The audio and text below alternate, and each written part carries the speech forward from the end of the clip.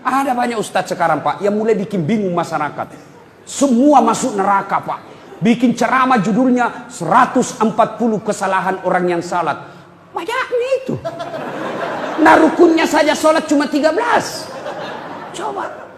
Kesalahan-kesalahan orang yang berjamaah. Kenapa orang berjamaah kau salahkan? Kenapa bukan orang yang tidak sholat kau salahkan? Ada juga penceramah begitu. Neraka saja dicerita. Dibanting, dilipat, ditusuk pantatmu.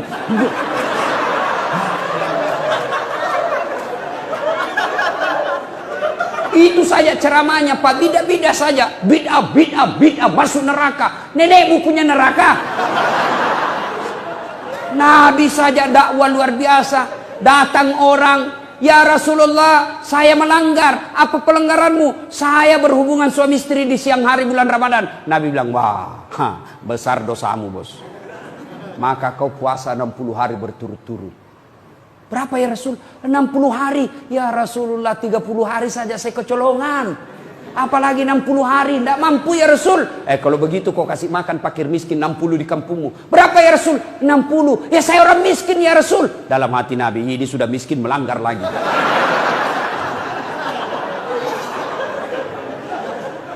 Kata Nabi kalau begitu, sudah, kau bawa ini kurma, bawa kau di kampungmu ini, kasih cari orang miskin. Ya Rasulullah, saya paling miskin di kampungku. Ini juga paling miskin lagi begini. Apa Nabi marah? Tidak. Nabi bilang, ya sudah, kau makan sendiri itu kurmamu. Coba. Ini ada penceramah Pak, neraka aja nak cerita. Maulid bid'ah. Isra Mi'raj bid'ah. Taksiyah bid'ah. Halal bihalal bid'ah. Kenapa? Tidak ada pada zaman Nabi. Maka apa yang tidak ada pada zaman Nabi, bid'ah sesat, masuk neraka. Kalau gara-gara bid'ah tidak pernah dilakukan oleh Nabi, maka tolong Anda ceramah, jangan pakai mic. Kenapa? Tidak ada mic pada zaman Nabi. Maka silakan kau ceramah tidak pakai mic. Saudara-saudara sekalian, marilah kita mengucapkan puji syukur.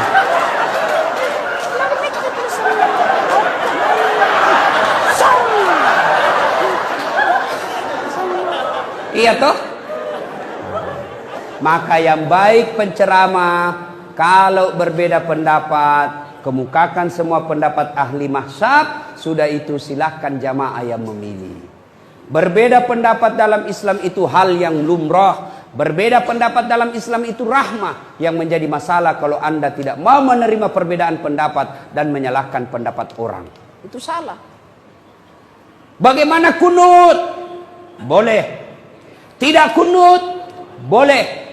Kunut boleh, tidak kunut boleh. Jadi yang mana yang salah? Yang tidak sembahyang subuh. Jelas itu bos. Ya, jelas. Jangan sombong gara-gara ilmu. Apalagi yang kasih sombong orang. Ada pangkat jabatan, anggota DPR, bupati, jangan kau sombong bos. Kau jadi bupati karena dipilih oleh rakyat. Tidak ada pilih kok. Wabillahi taufiq wal hidayah. Anggota DPR, jangan kau sombong. Kau jadi duduk anggota DPR karena ada rakyat memilihmu. Anggota DPR kalau mau dipilih kayak pengemis, tolong bang, kasihan saya. Kalau bukan kau, mati saya, di malu saya. Tolong kasihan, tolong bang, idik mati ko si idik, mandi ko dek gagai idik mati kak kasihan. Tolong saya. Waktunya mau dipilih kayak pengemis, sekali jadi anggota DPRD kayak raja, susah ditemui. Sibuk saya, di reject kita punya telepon. Masya Allah. Jangan sombong, lambat loading itu. Apalagi yang membuat orang sombong? Apa? Harta. Jangan sombong gara-gara harta. Tidak, Allah tidak larang kamu kaya. Allah tidak larang kamu banyak duit. Tapi Allah larang kalau engkau meremehkan orang miskin. Ya. Jangan sombong gara-gara kaya. Allah marah. Nah tegur ki seperti tsunami di Palu. Gempa di Donggala. Sekejap tidak sampai 5 menit miskin. Coba.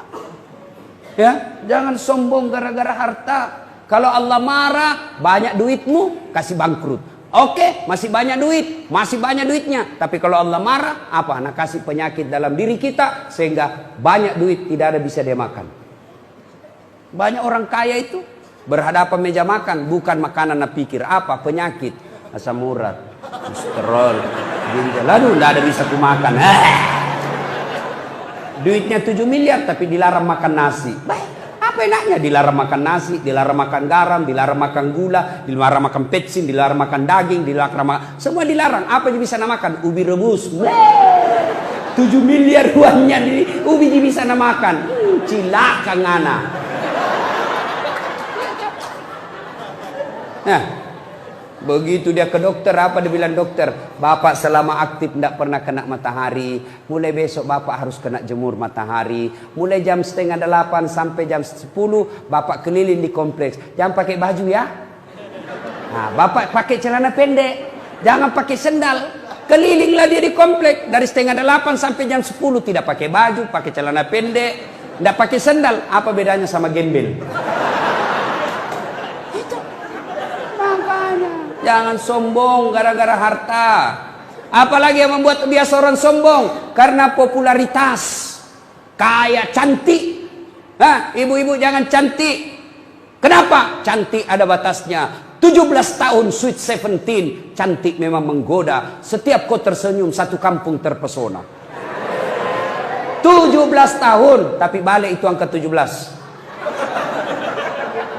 71. Masih cantik kok. Senyum lari cucumu. Dikira mau digigit. Hah? Berhenti sombong. Allah tidak mencintai orang yang sombong. Allah melaknat orang-orang yang sombong. Kenapa? Sombong itu pakaian Allah, tidak boleh kalian pakai. Kenapa? Itulah sebabnya Asmaul Husna yang kita baca tadi, satu dari 99 nama Allah ada disebut Al-Mutakabbir. Apa itu? Yang maha kaya, yang maha sombong. Kenapa Al-Mutakabbir? Maha sombong. Kenapa Allah maha sombong? Karena memang hanya Allah yang tak terbatas. Apa yang disombongkan kita, Pak? Di atas langit ada langit. Bapak kaya, masih ada lebih kaya dari Bapak. Maka Allah dalam hadits qudsi Allah jelaskan, ada 3 temannya setan di dunia. 3 temannya setan, Pak. Saya ulang, temannya setan di dunia. Satu diantaranya kata Nabi, ganiyun mutakabbir, orang kaya yang sombong. Kaya harta, hartawan sombong, temannya setan. Kaya pangkat, pejabat sombong, temannya setan. Kaya ilmu, ilmuwan, temannya setan kalau dia sombong. Kaya mukanya cantik rupawan, sombong, temannya setan. Tapi meskipun dia temannya setan, orang masih memaklumi. Kalau dia kaya, jabatannya tinggi, selebriti, cantik, orang masih bilang, iya tahu, wajarlah dia sombong. Dia kaya, ada pangkatnya, populer, cantik. Meskipun dia temannya setan, tapi memang ada jalannya dia sombong. Tapi kalau sudah jelek, pengangguran, tidak terkenal, hitam, bau mulutnya, busa-busa kalepanya, sombong lagi. Bukan mako temannya setan, tapi kau sudah jadi setan cilaka. Ada sombong di sini? Ada. Sombong menyebabkan putus persaudaraan karena Anda meremehkan orang lain. Begitu Anda meremehkan orang lain, maka Anda orang tersinggung dan bisa terjadi perkelahian. Apalagi yang menyebabkan orang sombong, orang berpecah belah? Apalagi? Sakwa sangka, buruk sangka. Buruk sangka menyebabkan putusnya persaudaraan. Bahkan buruk sangka bukan persaudaraan antar sesama manusia saja, bukan hanya tetangga saja, bukan teman kantor saja yang bisa bubar, tapi karena buruk sangka suami istri bisa bubar. Kenapa? Dia telepon suaminya tidak dijawab. 2 kali na telepon tidak dijawab. Akhirnya apa? Buruk sangka nih. Pasti ketemu lagi tuh temannya. Si runtut sih. Ada lagi tuh sama teman SMA-nya, pasti na pegang di tangannya. Padahal ibu baik sangka, suami tak tidak angkat teleponnya karena lagi menghadap sama komandannya. Masa mau terima telepon? Dianggap kurang ajar sama atasan.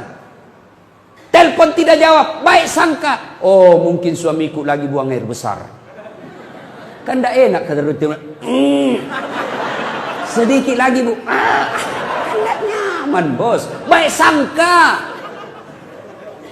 Ayo, ada sesuatu. Saya lihat istrimu, suamimu bonceng cewek. Dua kali saya lihat lewat, lain-lain dia bonceng cewek, dua mi cewek dia.